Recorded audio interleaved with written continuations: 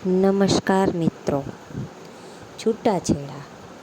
આજના જમાનામાં છૂટાછેડા લેવા એક સામાન્ય બાબત બની ગઈ છે. લગ્ન થયું નથી કે 2-5 મહિનામાં છૂટું થઈ જાય છે. આપણે જોઈએ છીએ કે નાના નાના પ્રશ્નોમાં છૂટાછેડા થઈ જાય છે અને તે એવા પ્રશ્નો હોય છે કે જેને બેસીને ઉકેલી શકાય છે. પરંતુ મિત્રો, આજની કહાની કંઈક અલગ છે.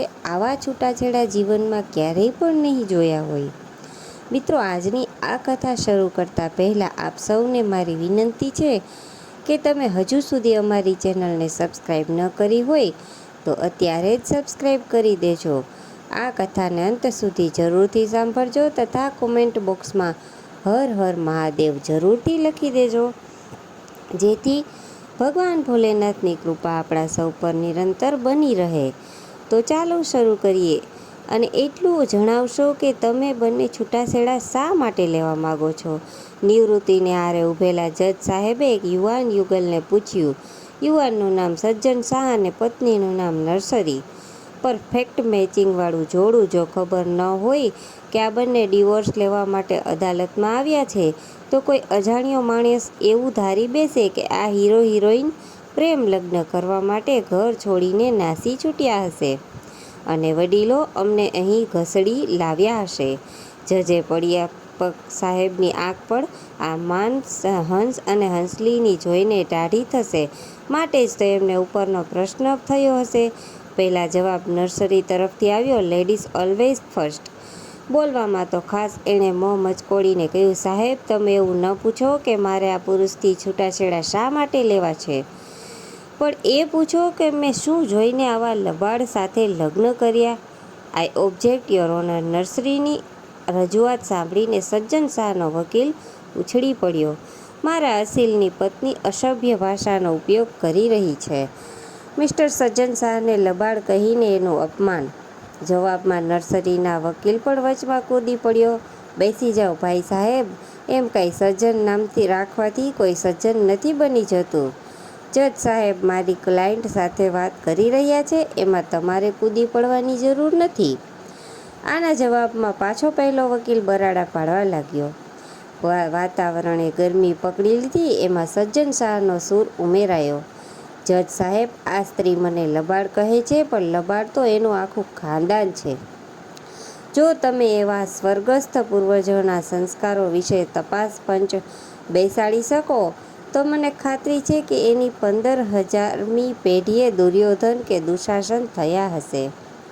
ફરી પાછી બૂમાબૂમ. ફરી પાછી બંને વકીલોની કૂદાકૂદ. અદાલતમાં ઉપસ્થિત લોકોની હસાહસ. વાતાવરણ સબ્જી મંડી જેવું થઈ ગયું. આખરે જજ સાહેબે હથોડી પછાડવી પડી. Order, order. Court is adjust for 15 minutes. અદાલત 15 મિનિટ પછી પાછી મળે છે. ત્યાં સુધી હું આ બંને અસીલોને મારી ચેમ્બરમાં એકલા મળવા માગું છું. Of course, one by one, not together. જજ સાહેબ ઊભા થઈને બંનેની તેમની ચેમ્બરમાં ચાલ્યા ગયા. બંને વકીલોના ચહેરાઓ ઉતરી ગયા. જજ સાહેબની આ એક વાત તમામ વકીલોને ગમતી નહોતી. કોઈ પણ કેસ જ્યારે અદાલતની ફ્લોર પર બરાબર જામ્યો હોય ત્યારે જ આ પંડ્યા સાહેબ બંને અસીલોને પોતાની ચેમ્બરમાં બોલાવીને આપસમાં સમાધાન કરી લેવા માટે સમજાવતા હતા. બધા કેસો કાંઈ છૂટાછેડાના ન હોય, પણ જે અંગેના હોય એની પતાવટ અંદરોઅંદર કરાવી દેતા. તને શું લાગે છે? સજ્જન શાહના વકીલે નર્સરીના વકીલને પૂછ્યું.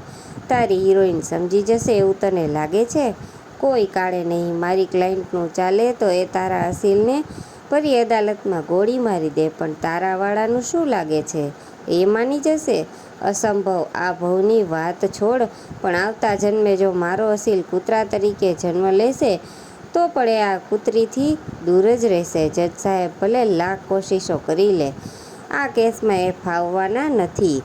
બીજી તરફ ચેમ્બરમાં પહોંચીને પંડ્યા સાહેબે ચપરાસીને કહીને સૌથી પહેલાં નર્સરીને અંદર બોલાવી લીધી. સજ્જન શાહ ડુંગરાયેલું મોં જોઈને બહાર બેઠો હતો. સાહેબ નર્સરી સામે પડેલી ખુરશીમાં બેસવાનો ઈશારો કર્યો. તેઓ કંઈ પૂછે તે પહેલાં જ નર્સરીએ આગ ઓકવાનું ચાલુ કર્યું. માફ કરજો સાહેબ, આપ વડીલ છો, જજ સાહેબ છો, જે કહેવું હોય તે તમે મને કહી શકો છો. પણ એક વાત ન કહેજો, મને આ પુરુષની સાથે સમાધાન કરી લેવાની સલાહ ક્યારેય ન આપશો. મારી આપને નમ્ર વિનંતી છે કે બનતી ઉતાવળે આપ અમને ડિવોર્સ અપાવી દો. જજ સાહેબ અફાળું હસ્યા. તને હું ક્યાં કહું છું કે તારે સજ્જનની સાથે જોડાયેલા રહેવાનું છે? મારે તો તને એટલું જ પૂછવું છે કે તારા મેરેજને કેટલો સમય થયો છે? 3 વર્ષ અને 4.5 મહિના. એમાં તને તારા પતિમાં લાખ અવગુણો દેખાયા, ખરું ને? લાખ નહીં, કરોડ. જજ સાહેબ સારું, પણ મારે તો એટલું જ જાણવું છે કે તને તારા પતિના સદગુણો કેટલા દેખાય? 1, 2, 5, 7? સમ ખાવા પૂરતા થોડા ગુણો તો હશે ને એનામાં? એ તો હોય જ ને સાહેબ. ભગવાને સાવ 100% ખરાબ માણસની તો પેદા જ નથી કર્યો ને. તેરે યુ આર. મારે એ ક્યાં ગુણો જાણવું છે? તું મને કહો શકીશ? નર્સરી વિચારમાં પડી ગઈ. એ તો માટે થોડોક સમય લાગશે સાહેબ. મારા પતિના વ્યક્તિત્વમાંથી સદગુણો શોધવા એ દરિયાકાંઠાની રેતીમાંથી તલનો ખોવાયેલો દાણો શોધવા જેવું અઘરું કામ છે. નો પ્રોબ્લેમ. હું તને 7 દિવસનો સમય આપું છું. 8મા દિવસે આપણે ફરીથી મળીએ છીએ. આ જ ચેમ્બરમાં તું બોલજે, હું સાંભળીશ. હા, અને 9મા મહિને તમે તમારા છૂટાછેડા મંજૂર રાખશો? ઠીક છે. નર્સરી આત્મવિશ્વાસપૂર્વક ઉઠીને ચાલી ગઈ. એ પછી સજ્જનને અંદર બોલાવવામાં આવ્યો. એ પણ નર્સરીના જેવો અભિગમ અપનાવ્યો. આરંભમાં ગરમાગરમી, પછી જજ સાહેબે સોંપેલું સદગુણોનું સંશોધન, ભગીરથ કાર્ય, અને પછી વિદાય લેતી વેળાની હઠ. તમે સોંપેલું હોમવર્ક તો હું કરી આપીશ, પણ એનાથી કશો ફરક નહીં પડે સર. આજથી 9મા દિવસે આ ચંડિકાની મને છૂટો કરાવી દેજો. સતત 7 દિવસ લગી સંબંધોના દરિયા ઉલેચીને નર્સરી અને સંજયને જે કાંઈ રત્નો હાથ લાગ્યા તે કાગળના પડીકામાં લઈને હાજર થઈ ગયા. જજ સાહેબે આ વખતે પણ લેડીઝ ફર્સ્ટનો નિયમ જાળવી રાખ્યો. નર્સરીને પૂછ્યું, ક્યાં છે તારું રિસર્ચ પેપર?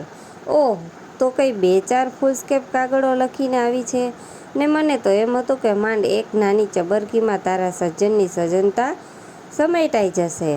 મને પણ એવું જ હતું જજ સાહેબ, પણ સાચું કહું, જ્યારે મેં લખવાનું શરૂ કર્યું તેમ તેમ બધું યાદ આવતું ગયું. આપને વાંચવાનો કંટાળો આવતો હોય તો સજ્જન વિશે હું કેટલુંક બોલી સંભળાવું. અને નર્સરી બોલવા લાગી. સજ્જનના સૌથી સારામાં સારી બાબત એની મારા પ્રત્યેની વફાદારી છે. બીજો એનો પ્રેમ. ત્રીજું, અને પૈસાની વાતમાં ક્યારેય રોકટોક કરી નથી, ક્યારેય પૂછ્યું નથી કે મેં પૈસા ક્યાં વાપર્યા. એ મને ઘરકામમાં મદદ પણ કરાવે છે. દર અઠવાડિયે મને ફિલ્મ જોવા લઈ જાય છે, રેસ્ટોરન્ટમાં ડિનર કરાવે છે, મારી બર્થડે ઉપર મને સરપ્રાઈઝ ગિફ્ટ આપે છે. ત્યારે હવે ખૂટે છે શું? એ ગુસ્સો બહુ કરે છે. વાતમાં મારાથી રિસાઈ જાય છે. મારા સગા આવે તો તેની સામે હસીને વાત કરવામાં એને જોર આવે છે. ક્યારેય મને એવું લાગે કે એની ઓફિસના કામમાં એ વધુ પડતો સમય આપે છે. હું ફરિયાદ કરું તો એ ઝઘડી પડે છે. બેટા, તારા સંસારના નામાનું જમા ઉધાર જાણ્યા પછી મને તો એવું લાગે છે કે સજ્જન જેવો પ્રેમાળ પતિ ભાગ્યે જ કોઈને મળે. એ ઓફિસમાં વધારે કામ કરે છે એટલે તો તને ખર્ચવા માટે વધારે નાણાં આપી શકે છે. અને લગ્નના 3.5 વર્ષ વીતી ગયા પછી આજે પણ તને એક પ્રેમી ન આપી શકે એટલો પ્રેમ કરે છે. તારા તમામ મોજશોખ પૂરા કરે છે. તારે શું તારા વરને આખો દિવસ તારી સામે બેસાડી રાખવો છે? તારા પિયરિયા સમક પૂંછડી પટપટાવતો? સોરી સાહેબ, આમ તો હું આ બધું લખતી હતી ત્યારે જ મને મારી ભૂલ સમજાઈ રહી હતી. તમે તો મારી આંખ ઉઘાડી દીધી સર. જો શક્ય હોય તો તમે એને સમજાવી જુઓ. એ મારી સાથે ડિવોર્સ નથી લેવા સર. નર્સરી રડી પડી. અડધા કલાક પછી સજ્જન પણ રડી રહ્યો હતો. જજ સાહેબના હાથમાં એણે લખેલા કાગળો હતા. એ કાગળો ન હતા, પણ પાછલા 3.5 વર્ષનું સરવૈયું હતું. પાને પાને પત્નીનો પ્રેમ ઝલકતો હતો. વાક્યે વાક્યે વિયોગનો ઝુરાપો ઝલકાતો હતો.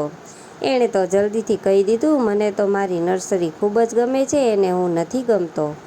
સાચું કહું તો હું એની ફરિયાદોથી તંગ આવી ગયો છું. મને લાગે છે કે હું તો શું, પણ જગતનો બીજો એક પણ પુરુષ આ સ્ત્રીની અપેક્ષાઓને સંપૂર્ણપણે સંતોષી શકે નહીં.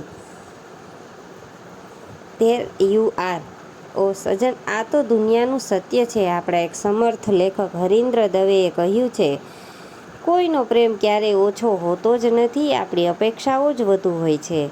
તમે બંને જો સંમત થતા હો તો હું મારો ચુકાદો સંભળાવી દઉં.